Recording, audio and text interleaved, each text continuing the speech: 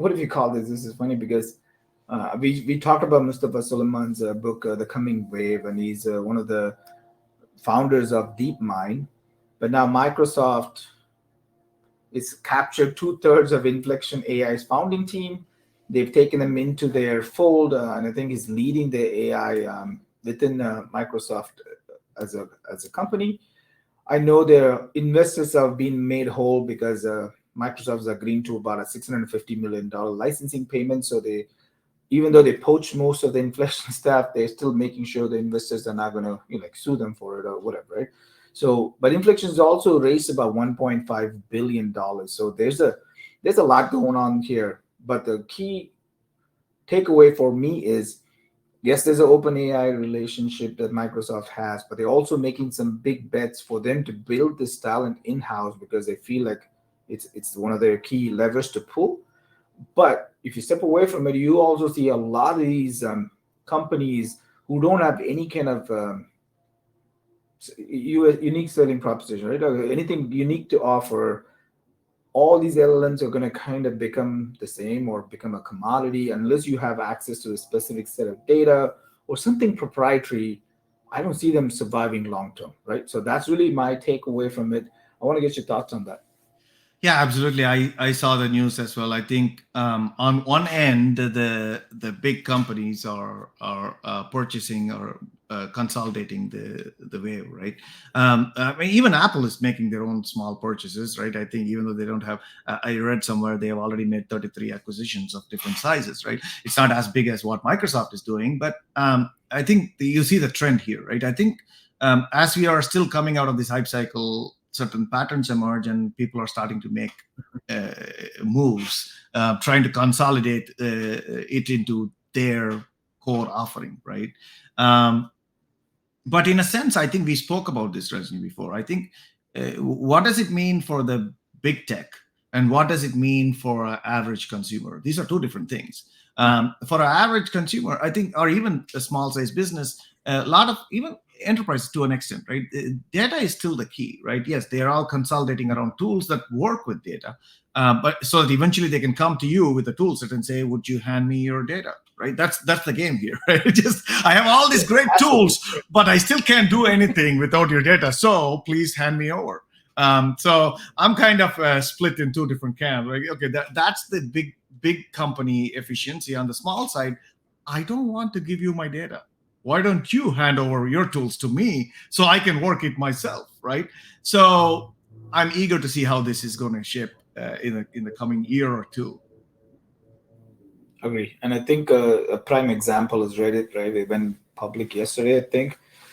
It's great their stock was up, got like good 50% bump, but that's the pro camp. Everybody's excited. People are getting paid. They should be. I get that. Exactly. But Exactly.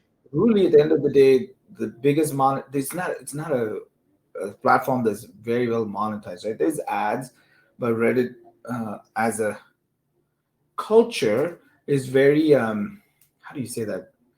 They basically challenge everything. So they don't now want to be they don't want the data. It's anonymous, but at the end of the day, they don't want to be monetized.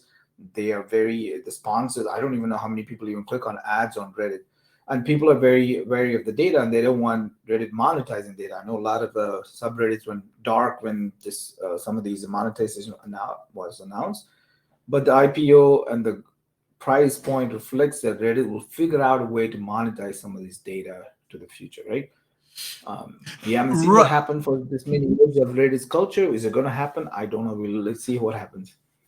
Yeah, I have a viewpoint on this. I mean, yes, you're right in the sense the Reddit as a platform, they are able to monetize whatever they have go to the stock market. But I think they're also sidelining the very people who feed that data, right? This is the community that feeds the data, right? So as we evolve through this, the industry has a huge gap. We can already see clearly, right? The money flow stops at the big company and it does not come to the lower end. So it can only happen if you own your data and you have the right and consent to either in a smart contract way to lease it out to Reddit. think of a scenario, right? I have my data, I write all my posts, but I lease it, or I give a specific right to Reddit to do whatever, and I have the right to revoke it, and I have the right to get paid for it. That if that such a system exists, then the money flow will also be much better, right? Because Reddit makes money, they share a few with the person who's actually creating that material, right? That You're is talking not about there yet. almost like a YouTube payout, right?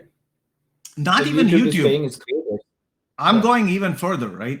I'm going further where you dictate the terms. YouTube, basically, they dictate the terms, right? You have no say. You just, hey, I get 1 million viewers, you get whatever percentage that YouTube says you get paid, right? Got It's it. not like you can say my material is this. There is no negotiating power. It'll come only when you own your data, and you got to flip the equation, right? You own your data, you set the terms. If they want to buy, let them buy. If they don't, go to the next Got person it. who wants to buy. So there is no negotiating power for an average person or in the industry, right? So anyway, that's my thought. Makes sense. Makes sense. Yeah. I think we are definitely in an inflection point where we just talked about, right? Data is going to be the most useful tool to differentiate all of these LLMs in companies in the AI space who are dependent on it. And proprietary set of data are few and far in between. There was Reddit. We already have a deal with that. There's Quora. There's Facebook, of course. There's Twitter. These are the big, and Google has its own, right? So these are the big bundles of data is available that can separate you, everybody. And there's a lot of private data. There's healthcare data, your data, my data, or our phone, all that. So at some point, they will want access to it. When I say they, I'm not saying it's a bad thing, but how do we monetize that is going to be a very key decision point. It's going to be some creative structures involved. Until we figure this out, we won't get in one day. But until that happens, there's going to be some companies that fail because they didn't figure this out. Maybe that's when usually the big winners of the previous generation never make it to the next generation. But it looks like as it stands now, Google, Microsoft are the ones who are kind of leading the pack. I don't, and Right. OpenAI is a new one. I get that, but it also has dealt with Microsoft to grow. So I feel like there will be a pivot point when some of these companies will be news or past news, and then new companies will come who actually figure out this equation. So I'm excited to see how this all plays out. I think it'll take a year or two for this to play out, but we will keep everybody updated. Yeah, absolutely, Rajni. I think we have been talking about this hype cycle ending and productivity cycle. We can already see some aspect of it, right? I think we are probably within a year or two away from a productivity cycle kicking in, and the first wave I of agree. hype probably dies out, and a lot of feature as a product companies are going to die out or consolidate into something else, and we get to some productivity.